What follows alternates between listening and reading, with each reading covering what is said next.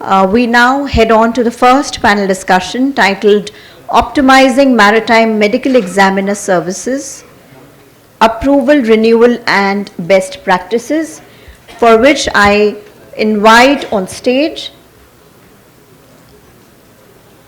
the following panelists: Dr. Jacob Matthew, Managing Director, Seabird Medicare Center; Dr. K.R.S. Kanwar, Founder and Medical Director, Shiny Medical Center, Delhi;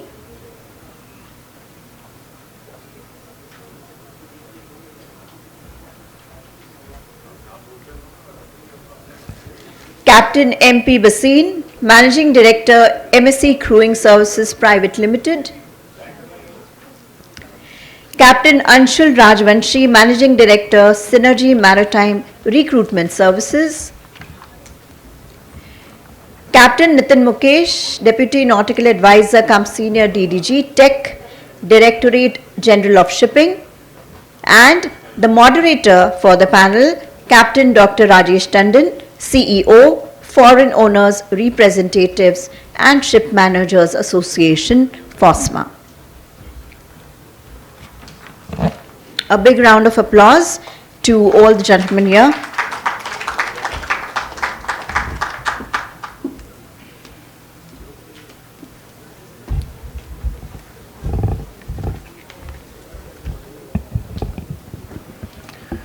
Good morning, ladies and gentlemen. A warm welcome to this very topical subject about standardizing medical examination services in India. Excuse me. I think a lot of what I wanted to say in my preamble has already been tabled or discussed. So I'll just briefly introduce the subject, and in the interest of time, we can get on to the panel questions, etc. As India's role in supplying skilled seafarers to the global fleet grows, we are increasingly accountable not just to national standards, but to expectations and requirements of international ship owners, insurers, and flag administrations as well. Today, or up to today, at least in my mind, there was not sufficient clarity on what the minimum medical standards are at entry level or at the pre-engagement medical examiner level should be. Hopefully, this new medical guidelines of 2025 will put at rest to this doubt. So one suggestion or question to the administration here is that, so once these rules are issued, please expunge all the previous, it should supersede all the previous circulars and everything that are there, because cross-referencing from one circular to the other has been a great problem, not only for the doctors, but also us as employers when we were employing seafarers. To deliberate on this session's topic of optimizing maritime medical examiner services and approval, renewal, and best practices thereof, I'm sure there will be, that there is also a need to harmonize with WHO, IMHA, and ILO conventions as well. And I'm sure that's been done. It would have been done. But another suggestion here to you, sir, is that you say reference to MS rules number so-and-so, so-and-so. If it could be mentioned that these also conform to the WHO and IMHA standards, because overseas clients and flags and ship owners do not understand the language of MS rules. So if we can say they refer to those as well, that can be taken on board. No doubt there is need to focus our attention on strengthening maritime medical examination framework so as to ensure Indian seafarers meet the fitness standards expected in international fleet. But we have to be mindful that we maintain minimum medical standards over here. I think it was said by Captain Azad that we shouldn't make it so stringent that people just don't pass any medical examination that serves the international community. Also, what needs to be taken on board is the occupational safety and well-being should be considered. And I think somebody touched upon that about dish. Somebody said, I don't know that, I'll go home and do the research on that. DG Shipping also touched upon this on the occupational safety aspects, etc. With that, we'll just move on. We are honored here to have Captain Nitin Mukesh, Captain representing the administration, Captain Anshul Rajvanshi and Captain Basin representing the employers, and Dr. Jacob Matthews and Dr. Kanwar on the medical science. Sirs, your insights are crucial to shaping a robust, credible, and internationally trusted system for the certification of Indian seafarers. With that, I will come to my first question, which is addressed to Captain Nitin Mukesh, because he's just made the presentation and he's worked very hard over here. So the section in the medical certification in MLC starts with the line, the competent authority shall require, etc., etc. And after some procedural directives, it goes on to mention the medical certificate shall be issued by a duly qualified medical practitioner. I think with what you have presented, I think these two aspects will be sufficiently answered. And in the context where I'm building up to here is that, you know, RDG rules also approve Ayush doctors. Now, that is a national provision because our medical sciences far precede the MBBS as we know it today. So is that right or wrong is something for the individual who goes for treatment is concerned. But in the context of seafarers, has a gap analysis been done with WHO, IMHA, ILO standards, whether or not these doctors are, are competent enough to carry out the tests with their specific domain knowledge which can be served on international fleets. If that is the case, then that should also be captured somewhere, because the perception is, oh, ये इसका medical किसने किया था? Ayush वो क्या होता है? You know, internationally that does become an issue. Whether or not we will approve Ayush doctors or not in the future, that of course is under discussion in any case that is going on. But since they have been doing their job all these years, that should also be taken on board before we take one decision one way or the other, sir. The second question to you is, what steps can be taken to ensure Indian seafarers are not disadvantaged in international placements due to perceived gaps in the medical fitness evaluations in the context of this Ayush thing, sir? May I have your comments on that, sir? Sir, as you have mentioned that we have taken consultation with the ILO, WHO or not, the answer is yes. Indirectly we have taken in consultation, and we always go by the guidelines of the MLC and the other convention which is in force. So ILO, WHO, this we have taken in consideration in framing the MS, that medical examination rule 2025. And with respect to seafarer, sir, we always adherence to the international standards, because the seafarer is the goes to the on the international ships, so that the medical certificate which is issued to the seafarer should always comply with the STCW conventions. That table -8, 1-9 and B19, that which is the ILO and IMO guidelines which they have to follow. And this is with respect to the seafarer. With respect to the medical examiner, we have made it compulsory the familiarization course and the refresher course, so that the medical examiners is also know the latest trend, what is happening in the market and what is happening in the international standard. So they always impart their knowledge to the seafarer while they are examining the seafarer.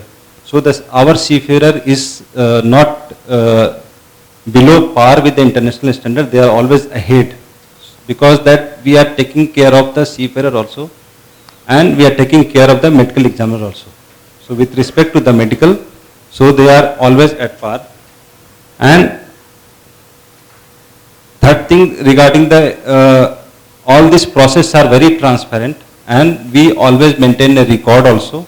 So any employer or any P&I, they can always take the records after following a due process. Not all the time we can give or the doctor can give, but after following the due process, they can always take.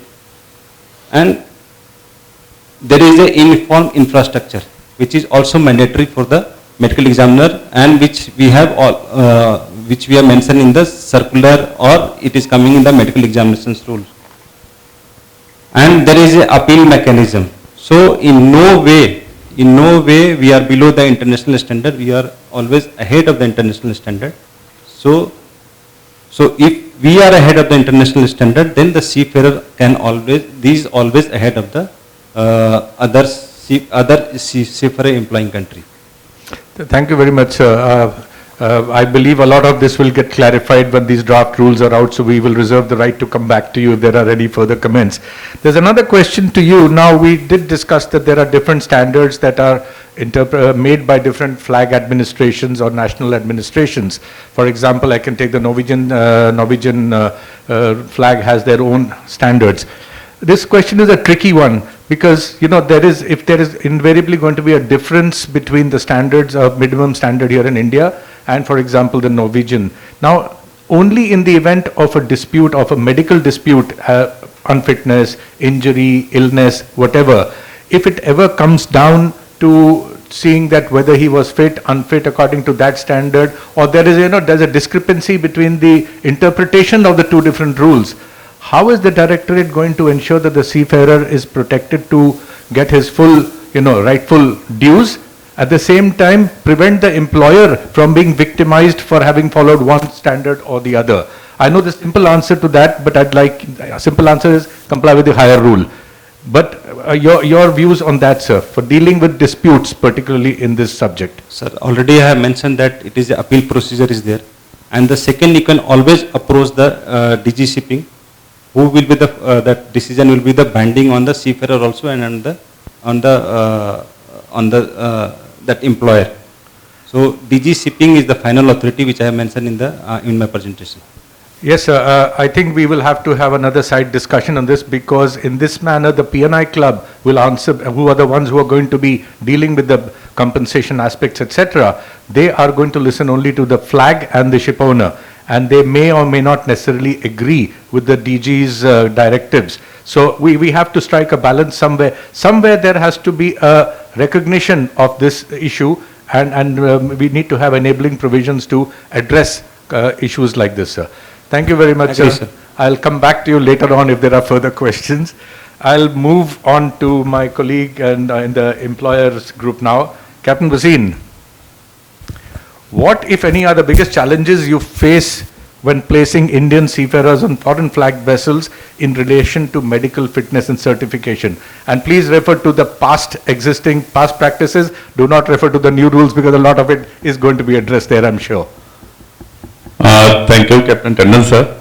A very relevant question, but why you always ask me the toughest question, especially when the DG shipping people are sitting. So I have a question for you. The challenges from the doctors, from the seafarers, or also from DG shipping? I left that open purposely for you to choose which one you want to address, but keep it short so that we can move on. If it's important, take whatever time, but address whatever that is. Sure, sir. Thank you. I think in the first session, two doctors, especially Dr. Bal Shine and one gentleman there in his jacket, I don't know his name. The main problem we face is the non-disclosure by the seafarer their actual illness. और ऐसा नहीं है कि ये seafarers ही हैं. Look around at yourself. हमारी families में, हमारे घरों में, आपस में, forget seafaring. We have a tendency to hide our self-medical condition even with our loved ones. That thing has to really is a main issue, because as doctor, you cannot make out. अभी doctor बिलानी ने भी बोला, like example something, epilepsy, you cannot make out. Hypertension, somebody comes with a kind of a medicine, how will you make out? How can the doctors make out? So self-declaration is the major issue that as a company we face. As a company, as an industry. Second thing, even if you are having some issue and you take with medicine, you get a fitness. No, we have doctors, we do collaborate. They say, sir, he has a high BP, but just all other parameters are okay. He gets the fitness. After getting fitness, most of the time people do not take their medicine on board ship. They do not even take their treatment. That is awareness to the seafarer. These are the point. Going forward, I will have few issues I will be speaking, which is for the betterment of all to know. Doctors, seafarers and the administration, for all. Of course, companies, employers. Going forward, look at, we are now in India, talking about India. What is happening in India? The major cause is the seafarer medical unfitness is coming due to diabetes and BMI. All I spoke to, before coming here, I spoke to some major employer and spoke to them. They said the same thing. India has become the country of obesity. India has become the country of diabetes. Look at your Google, you will come to know we are the top 3 or 4 countries. Capital of diabetes. We are capital of diabetes. Thank you, Dr. Belani sir, for correcting me. So we are capital of diabetes. We are used to our food habits have changed. It is a society we are living in. Same thing is affecting our seafarers. These are the 2 major issues, sir. So whenever in the rules the administration will make, take these points into account, take some doctors or employers into this. This feedback is very important, that how to address, so the seafarer is not hurt. Education to seafarer, awareness to seafarer, but looking after his job also. Going forward, I also have a issue of understanding of the DG circular. Captain Azad sir, I was so happy when you spoke today. You said the age of the doctors, after consultative, you amended the circular. I'm grateful to you. That is the right thing to do. But there has to be also clarity to the circular. Some of the circulars have come, we don't know yet. What is the real picture? What is the real picture over there? For example, one circular you mentioned about the age of the seafarer. It is terrible to hear that the person's medical was not done, the doctor did not even see him. Good to take action. Because of few erring doctors, the large majority of the good doctors suffer. However, the clarity is not there. We don't know whether the circular is valid for Indian flag vessel or whether that circular is valid for foreign flag vessel. We are doctors and the industry is still trying to find the solution. So I will humbly request, whatever rules you make, there should be a clarity. With due respect, sir. Captain Azad sir, आपने वहाँ बोला ना, there should be feedback. DG sir said there should be partnering. So these are the things I will approach Captain Nitin Mukesh also for these things. Other rule, last point, sir. Last point. Captain Tandon has briefly checked. We have to be mandated because in the more than 80% are employed from Indian seafarers on the foreign flag vessel. So we have to be mindful of the flag state. We have to be mindful of the WHO and IMO regulation. Apart from that, आप जब घर में अपनी insurance कराते हो, medical insurance कराते हो, तो आपको एक इंश्योरेंस कंपनी बोलता है, this is the medical to be done. Captain Azad mentioned that कि after certain age you have to do so many tests, video thing. Same thing यहाँ पे भी, please take the views of P&I clubs also. Take the views of flag state and the other thing. So it should be a holistic approach. So that seafarer is also not put into inconvenience and the medical practitioner and the employers are also put in the good state. That's all, Captain Tandon, sir. Thank you, Captain Bhasin. You have answered the second question that I had already, so I will skip that and not come to you. I will just pick up on that one particular point that was mentioned about misdeclaration and hiding of medical situations that people have. I think it's very important. The duty of care of your own health and well-being rests with the seafarer entirely. The doctors, the company can only support you to make sure you continue to do your job, which are required as per your occupation properly. But if you hide your medical condition, then well, I think it should be made incumbent. I may sound ruthless over here, but you may actually be compromising your compensation settlements that are due to you if you have not declared your health conditions appropriately at the time of joining. I've had cases during my previous life where we came to know that the person had a medical condition and he had not declared, and Dr. Bilani will probably remember that case.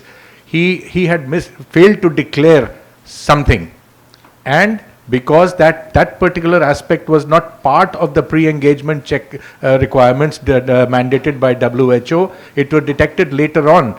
And the P&I clubs actually put their hands up and said, we will not pay the compensation because this is a condition that should have been self-reported, and it was not done. Of course, we used our connections because what's wrong is the family done. But I think the fear of God should be put into the people by saying that if you misdeclare, there is a risk of losing your benefits that are due to you as per your contract. I think that's more important. Then we can keep trying to get them the benefit if it becomes on compassionate grounds. But legally, there should be the fear of God put into the seafarers that if you misdeclare, there is the risk of losing your benefits. I was going to say that in my closing statement, but I thought it was important to bring it up now. Time. I'm doing all right on time. I'll finish in time, Radhika, not like the other previous sessions. Okay, Captain Rajvanshi. Have you faced any discrepancies or challenges in respect of medical fitness certificates issued in India for foreign flagships due to health issues that may arise midway during the contract, and then you are questioned, kaisa medical kar rahe ho, kaun sa doctor hai, kya ho raha hai, what is going on? So have you faced those? Can you share some experiences on that? And that I think should be enlightening for the employers as well as the doctors as well. Thank you, sir, for first of all giving this opportunity to come here and discuss. I think we have never discussed with such a vast majority of doctors from across India, as well as from administration and representatives from maritime industry. I'm not sure that we have seafarers also attending this seminar or not, but I wish they should have. Sir, before I come back to your question, I'll take 1 or 2 minutes. What Captain Basim was saying, why a seafarer has to, in the self-declaration, why they don't declare properly? It's a very debatable question. A couple of months back, in the same place, same hotel, we were discussing about mental well-being. And one of the psychiatrists, maybe there are a couple of psychiatrists present here, they can throw some more light. One doctor said, in case somebody is having anxiety and the person is having medication.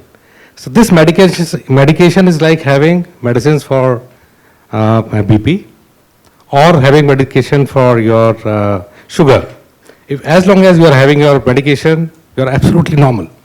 But the moment you stop taking medication, it can create some complications. So why somebody should not declare it properly? Because somebody writes that I'm having a medical or mental illness, we don't take the candidate on board. So it is a vast question which needs to be debated, which needs to be debated over administration, over, shipping companies. Because I remember one case, sir, where a guy had stopped taking medication after joining a ship after 3 months, and he started showing signs of medical, mental illness. We somehow managed to get the medicines on board, and this guy completed his 9 months on board. He was a motorman on board. He completed 9 months on board without any issue. Then he signed off, not on medical reasons, but he signed off on a normal contract completion case. So we need to discuss among ourselves whether we accept such cases with proper medication or not. So that's a different question altogether, sir. Okay, coming back to your question, there are many cases, and numerous cases where candidate undergoes his medical case, medical examination in India. The person joins the ship, and within 15-20 days, we come across that he's having heart attack, or he's having some pains, or abdominal pain, or some other kind of ailment. And the moment you sign up somebody on P&I case, every owner will come back to you, will ask questions, what have you done?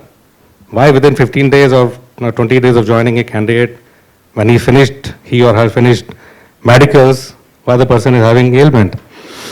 And unfortunately, when the question is asked by owners to us, because I'm working for a management company, same question is thrown to all these doctors who are present here.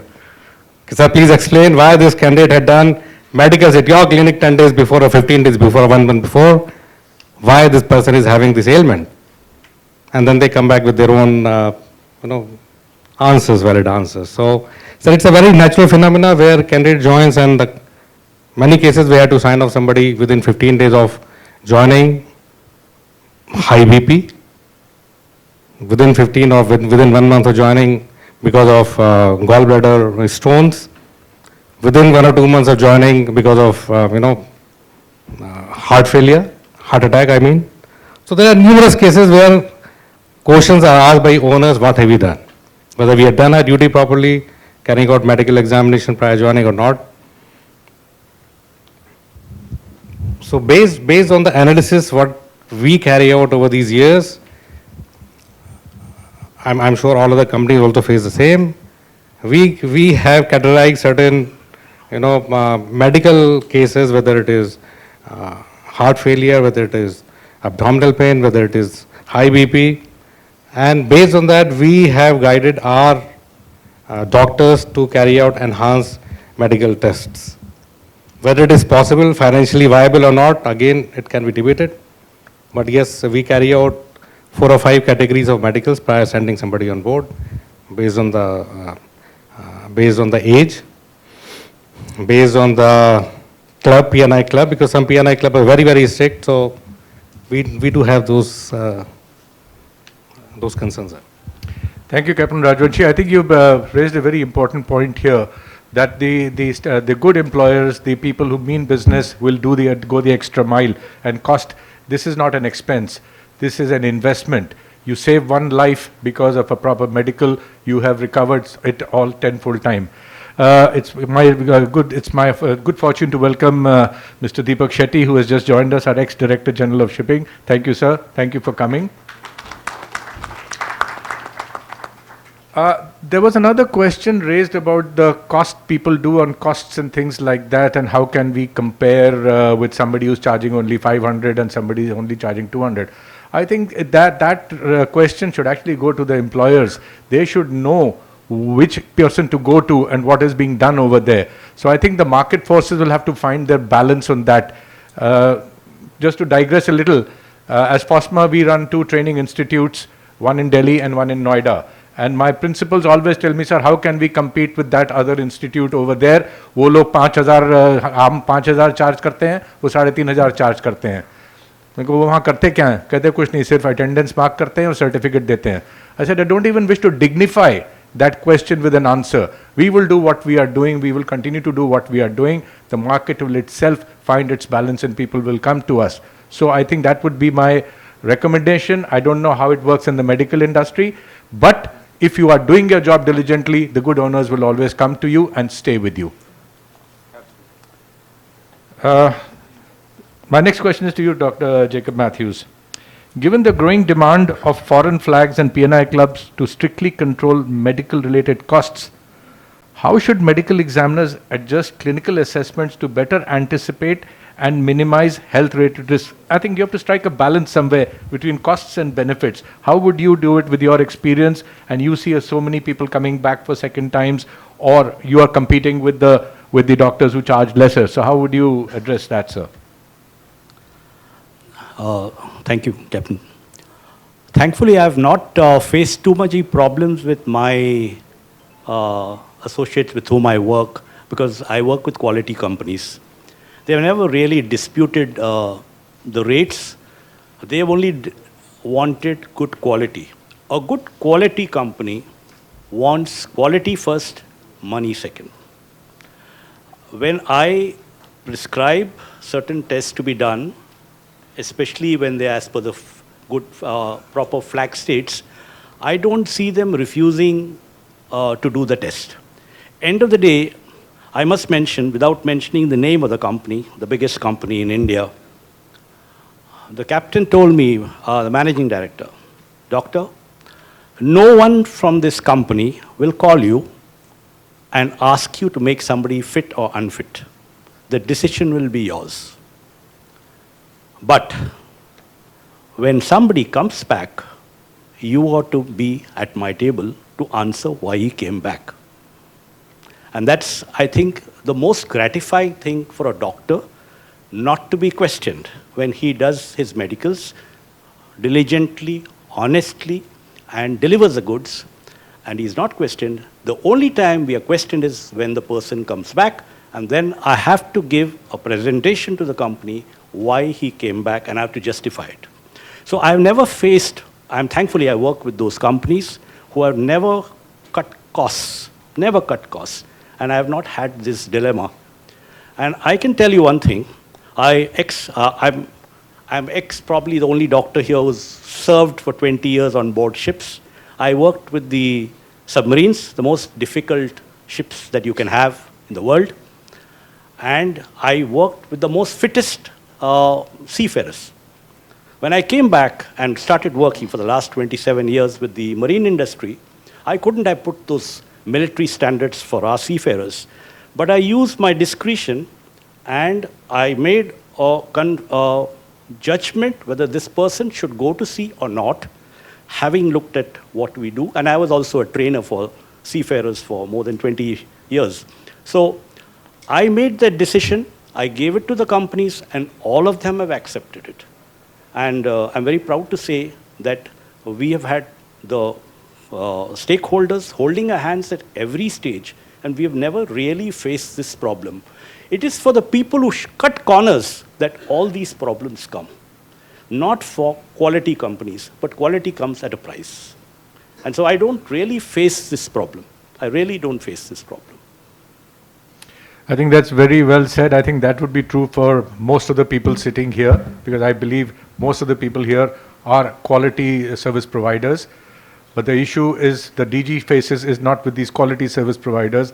They face issues with the not so good high standard people. So that it becomes more a question of policing and managing ethical activities rather than medical standards really, sir. Correct me if I'm wrong, sir. Okay. Would you, Dr. Jacob again, would you support integrating feedback, nameless feedback, obviously in a confidential manner, from PNI clubs on recurring claim trends like cardiac issues, mental health, etc., into examiner training, the medical examiner familiarization? Would you recommend that so that, we can get the feedback from the companies and doctors for returning cases like you mentioned, and see if there's a trend emerging out of that, and that could be incorporated as part of the administration's, effort to improve the standards of pre-engagement medical examination, sir. Would you recommend that, sir? Thank you very much for the question. I see you asked this question to the right person. There was no familiarization course before 2000. And the first familiarization course came only about 16 years ago. And I happened to be the person who wrote this course syllabus. And I did it with Captain Ajay Achutan on behalf of MASA. When we made this course, it was originally meant to be a 2 weeks course. Then it whittled down to 10 days. I also started the first Master's Medicare course in India in 1984. So I have been in training since then. So when we made this course for 12 days, it was whittled down to 10 days. The 10 days went down to 5 days. 5 days went down to 2 days. And today it's a perfunctory course of half a day. Now you tell me, Captain, what do I do with a half a day course when the person who comes, and they come from all branches, what education can we impart to them? Most of the doctors in this occupational medicine has not even been on board a ship. And then they have got to certify somebody who's going to be fit for sea service for 9 months to 10 months, 11 months. So what happens is, finally, it's a training which matters. A training which matters. And what we do is, since we don't have a course per se, all my centers and my associate centers all over the country, we discuss cases. There are many of them sitting here every day, and do a post-mortem of every case. So every case which comes in today for a PME and fails it, we discuss it next morning. And then we make an informed decision how to prevent this in future. So we also give these guidelines, and I share my experiences with them, and to see that, because at the end of the day, the company only wants one thing from the doctor. The seafarer should go healthy to sea and come back healthy. That's all. And so if we make a good training program in our own centers, I can assure you, we even don't require the course. But certainly I would like the administration to look into it and have at least a 7 to 10 days course. I think Captain Nitin Mukesh has really been championing this. So I think we must hold his hands, and he wants to improve the standards in the industry. And I'm sure this will help us. And as I mentioned, this is the first time in the history that the Director General of Shipping has held a conclave for the medical examiners, and I'm quite sure this will go from strength to strength, and we'll have better standards in the years to come. Thank you, Doctor. You corrected yourself because you directed the question at me first. I'm just the messenger. Then you changed your mind and directed it to Captain Mukesh. Yes, I think there's right steps are being taken, and we should all support and welcome that. Dr. Kanwar, sir, आप बहुत दूर से आए हो, दिल्ली से आए हो, रात की फ्लाइट पकड़ के. What additional training, certification or exposure would help medical examiners handle international fitness expectations more confidently? I mean, I'm saying this because I haven't seen the new circular that will come out with the training standards, etc. But I think if input from all the doctors who are doing this sort of practice, and I think geographic inputs from north of India are also very important because the tropical conditions in different locations bring about different challenges in the health of individuals. So do you think there should be anything specific for this occupational health and well-being requirements to be introduced in the training? Thank you very much for inviting me. Now, the first time we did the course was in 2015, though I am in practicing for the last 3 decades. Before 2015, there was nothing maritime course or nothing doctors conference or doctors questions, answers, other things. From 2015 till 2025, new challenges have come, new problems have come, but we do not have any get-together of doctors or maritime conferences. Now, first thing and most important thing, that the most common occurring problem should be discussed very thoroughly. Like a person is having BP, then what sort of BP should be made fit and what sort of the BP should be allowed to go on the board with medicines, and other comorbidities should be also taken into account. Similar things with diabetes, cardiac problems and other things. The courses should direct the main common problems very thoroughly. The new challenges should be discussed very thoroughly. Now, I can give you the example after 2015 when we did the course, but nothing much was taught to us in that course. Afterwards, we did the course for Norwegian Maritime Council, where there was really 3-day course was there, and the doctors themselves were maritime specialists. They gave the incidences of case to case and risk assessment and how to handle the cases of high BP, what you will do, whether you will send to the person to the shipboard or not. Afterwards, OG UK oil gas cases come for 1-day training, and they have discussed the problem. So my request is we should have regular continuous medical education program so that we can update ourselves as far as the risk is, as far as the CIFRA problem and the risk is involved. Otherwise, what happens, the CIFRA come to us, we check them, and sometimes there is a problem. Companies are under great stress. They say कि चल यार दवाई दे के इसको fit कर दे, हमने तो visa पे बहुत खर्च किया है. So this becomes great problem with us. But we never relent. We say we will not do. We will not do. If the person is fail, it means fail. Whether you get the medical from us or you do not get the medical from us. So we have to maintain the quality, because once the CIFRAs go on the ship, the medical services are limited. But the person may not get help properly. So we have to send a person who is fully fit, who can look after and also look after to his colleagues also. And he should come back healthy also. So I request the fraternity people here, stakeholders, that at least 3 to 6 months courses should be assigned where we discuss the common problems which are happening on the ships and how to handle them. That should be discussed rather than the outer things and other things, so that number of sign-off cases can be reduced very well. Thank you. Yes, sir, I've been a victim or a beneficiary of this strictness that you ensured. I am not going to give him the fitness certificate. I've been a beneficiary of that, so Thank you, sir. I can count for that.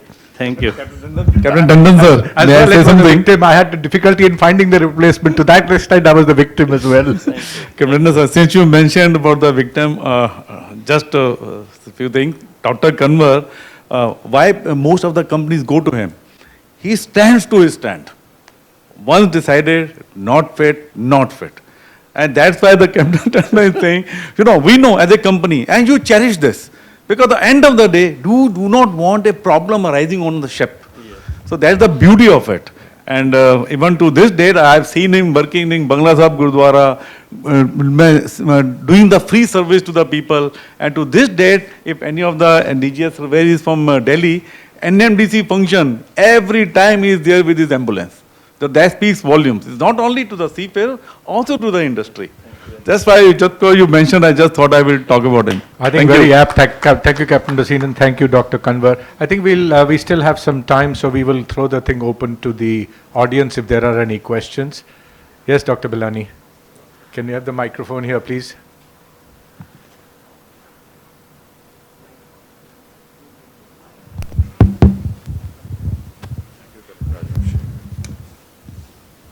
Thank you for a very enlightening discussion. My question is regarding the training of doctors. Dr. Matthew has given his opinion. The German authorities put doctors on board for 1 month before they can be certified. Doctors in practice now, you take them away for 10 days, is not practical. There should be, I think 1-day course is adequate, but experience is what we need. So as Dr. Kanwar has suggested, we should have seminars of continued medical education more frequently amongst maritime doctors. So a 10-day or 14-day training may be of an advantage, but exchanging our experiences case to case would be the best way forward. Doctor, I actually meant for the familiarization course where the fellow comes first time into the industry, not for the continuing medical education. The person who comes first time to do medicals in the industry and has done a half a day or a 1-day course, I am sure he doesn't have any knowledge. And I can share it with all my associates who agree with me. I think that has already been taken note of. I saw Captain Azad was nodding. I think they will take on board and discuss with the medical council how the duration of this familiarization training should be. I think there are doctors in that group who will be able to opine on what the duration should be. Thank you, Dr. Bilani. Is there any other question? Yes, sir.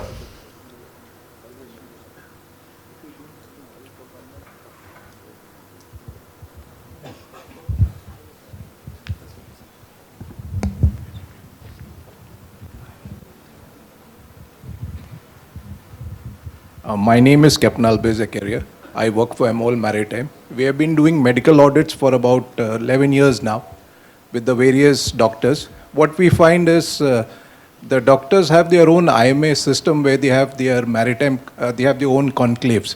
We find most of the doctors do not attend these sort of seminars. You know, they get a broad idea of what is the day-to-day happening with the latest trends in the disease side. So this is something which the doctors need to look at it, that improving their knowledge from their medical fraternity themselves. When we go for the audits, when we ask, have you attended a latest seminar from your side? Nothing. I think that's a very good point. I think that's already been spoken about, that there should be frequent, Dr. Kanwar mentioned there should be frequent conclaves like this where people exchange notes. And I'm sure so not only here, the doctors within themselves, in their fraternity, like they have a conclave in Mumbai, then all these doctors normally go for a conclave there. So, okay. So that improves their knowledge and understanding, and then coming back and treating the seafarers here. I think that's a very good point. We can take it away, that the doctors take it away and, follow up on their own medical profession on that That point. is what we check when we go for an annual medical when we go for an inspection, we ask them, have you gone for any medical conclave? And if you have a certificate, that helps us. Thank you. Thank you, Captain. Yes, Doctor.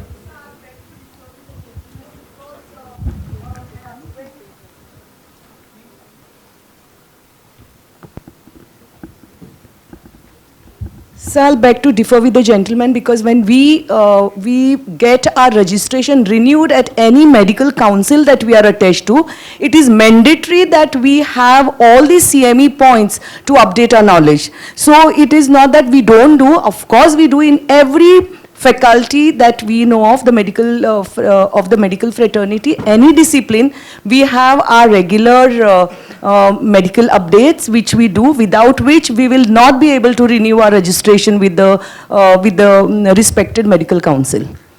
Thank you very much for pointing that out. I think Captain Albuquerque, you No, can that's an think- additional point from your side for your company, which is good. But you can follow it up in any which way, and people can take note of that if they so desire. Sir, one point is there.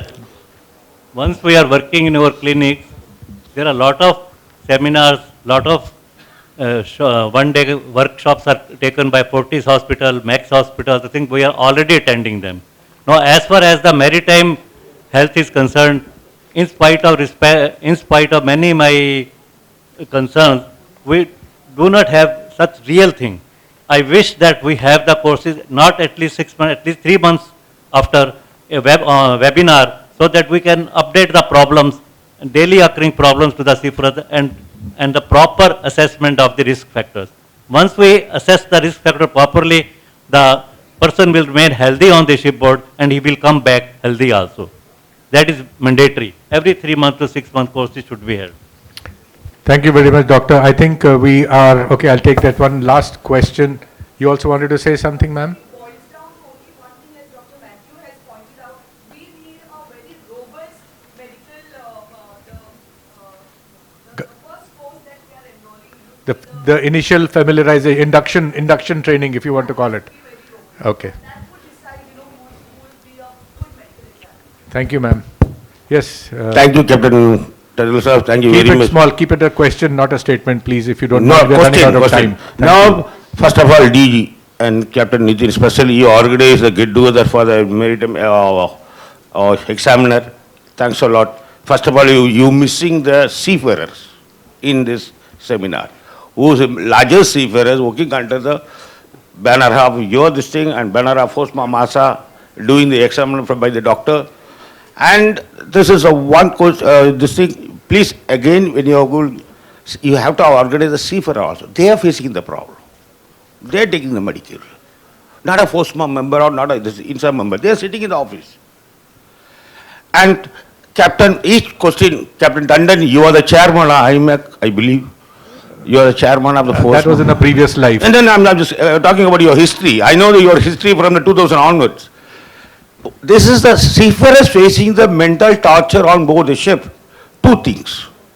One from the family, one from the harassment on board the ship. The last one is the prior the contract. Whenever I was born on 1982, sorry, in the shipping, I joined the ship. From that onward, the 9-month contract it is a too long. That is where the people are getting mentally tortured.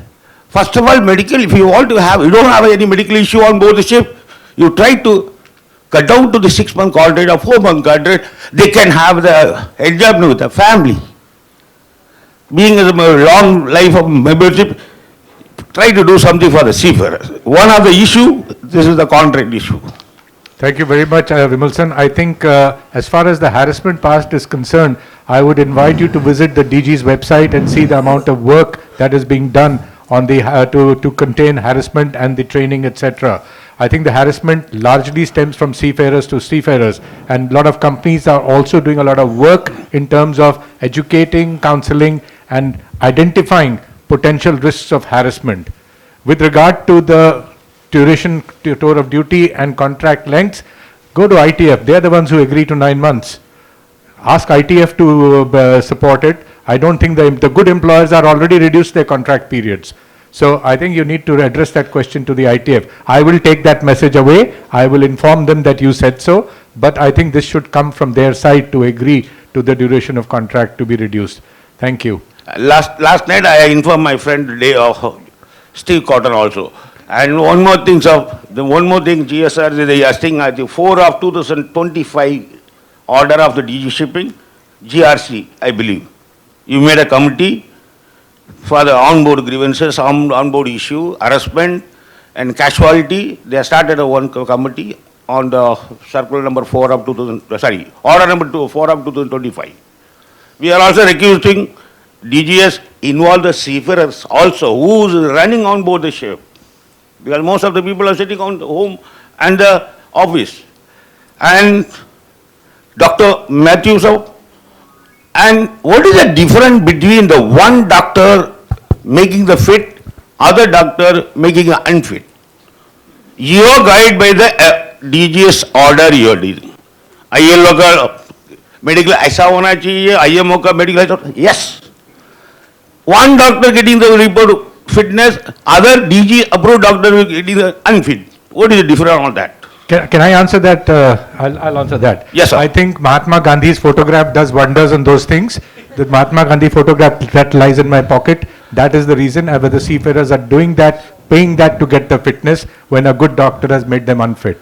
Thank you, Dr. Wilson. No, I'm not getting the answer. I think I'm running out of time. No, I'm having a one Sataras dream because seminar is supposed to be sensitive. This is a very good opportunity for me. Definitely the last question for you, sir. No more in future. I'll answer it. This question here. Okay. See, there is a, see, yes, I'll sir. answer your question with just one word: quality matters. Thank you. Okay, sir. And one more thing, industry. See, there is a, when the seafarers while on board a ship got accident, is it any P&A guideline is there? Cut off the cost of the treatment in P&A? Why the doctors not giving the proper standard treatment? I have got an experience, I have got a witness. The seafarers have not been treated by the proper standard treatment. When I was on board the ship, I got a small hammer, only one stitch. I went to Bridge Candy Hospital, I admitted. The currently, जिधर मौका मिलता उधर गली में डाल देता है. What is the difference? Why the standard treatment not been followed? There are so many cases. I know there are so many doctors. Because I have taken the medical exam by Dr. Basit, this thing, Belali sir, when I was in HMS. I am a real seafarer, still Modi seafarer. I got a lot things to ask the question. MSc, the standard with the Italian style. But their doctor, I am not saying that he is a right doctor. Likewise, because man is not mistake.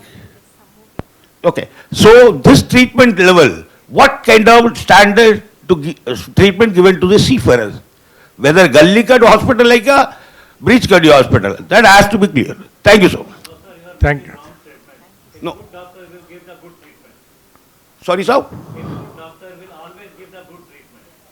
I'm not talking about a good doctor. I'm talking about a bad doctor.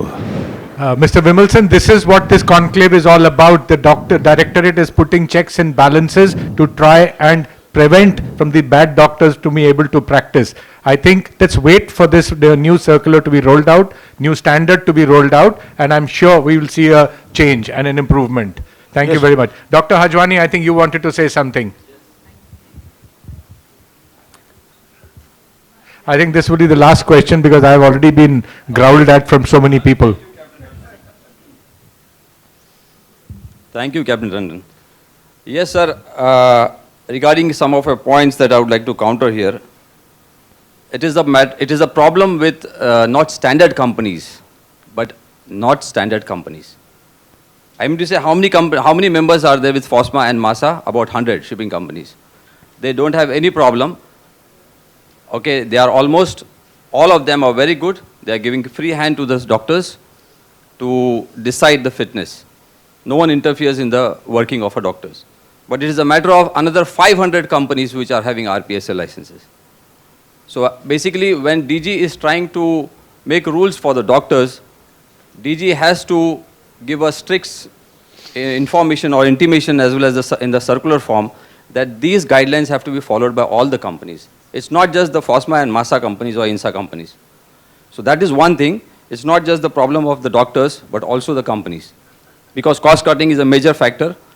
And maximum these companies who are here, they are not ownership companies, but ship management companies. The another, DG must give strict, training module. I agree with Captain Dr. Matthew. I have undergone 21 days training program in 2021. 2001. That was in Poland. There is an association by name of International Maritime Health Association which had conducted this program as Maritime Occupational Health. The same thing goes on in Malaysia, where there is a particular occupational health branch. Now, what I would like DG to consider is to give preference to occupational health physicians rather than just getting an MBBS or just getting, I see pathologists getting approval from DG Shipping, I think I see orthopedicians, I see a lot of other specialties. Yes, your minimum criteria is MBBS, but what are we dealing with? Shipping is not a simple profession, it is a hazardous profession. There are a lot of occupational health issues related to shipping. Now, how do we counter this? If you compare, now some of my colleague has spoken about DISH. I would like to tell you what DISH is. DISH is Director of Industrial Safety and Health. How do they empanel these doctors who are working for the industries? Because I am one among them. It is basically you have to undergo a 3 months training program, which is called as Associate Fellow in Industrial Health. This covers occupational health related issues related to the industry. Chemical exposures, physical exposures, biological exposures, lot of other things are there. Now, yes, I definitely agree, one-day course is not going to help you. One-day course or half-day course or 3-day course is not going to help you. Now, when you go for an AFIH course, you also get to visit Mazgaon dock, you also get to visit refineries, you also get to visit chemical industries. So you have a first-hand knowledge what is exactly going. You should know what is shop floor, what is the meaning of a shop floor. Now, how many among these doctors here or among my colleagues or all the DG Shipping approved doctors have visited ships, have undergone the shipping training or the shipping scenarios? What is the role of a master? What is the role of a chief officer? What is the role of a watchkeeper? What is the role of a pumpman? What is the role of a chief engineer? What are the sound decibels and everything? So it's not just easy just by making NABL rules. Of course, we all are with you for the quality, and we would like to support you in each and every endeavor that you do to straighten the quality standards. But there are certain things which you need to look at, and this is the background that I'm going to give you, that it's not just the MBBS degree or the Ayush degree or whatever, just the simple degree that's going to help you cover up all these things and try to raise the standards of medical examinations. Thank you, Dr. Ajwani. You have something more? Yeah, okay. I think that's it. That's very important that I would wish to. I think you made some very good points. If you can just pen these down and send it to the organizers, they will take it up with Captain Nitin Mukesh's team, who is looking at these things. The rules are still in the draft stage, and in the collective wisdom of whatever can be incorporated will be incorporated. Thank you very much. You've been a good audience. Give the round of applause to my panelists, please. Thank you everyone for all your reflections here.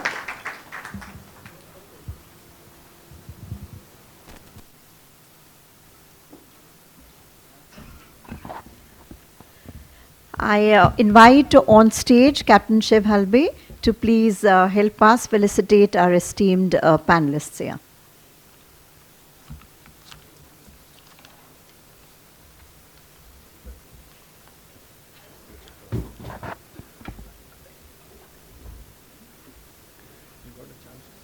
Yes, in order. Dr. Jacob Matthew, Managing Director, Seabird Medicare Center.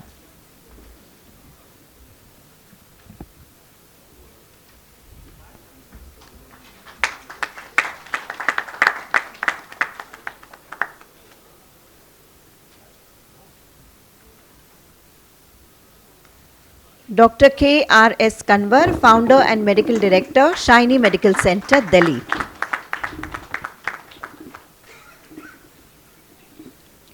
Captain M.P. Basin, Managing Director, MSC Crewing Services Private Limited.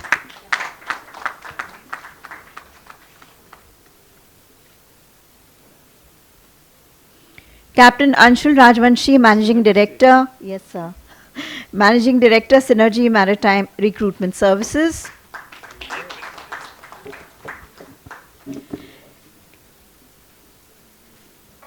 Captain Nitin Mukesh, Deputy Nautical Advisor cum Senior DDG.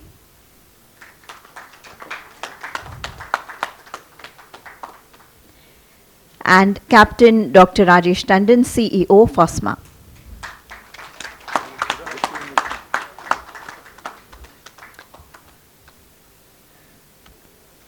So we'll request all the panelists to come forward for a group picture. Sir, please, for a picture.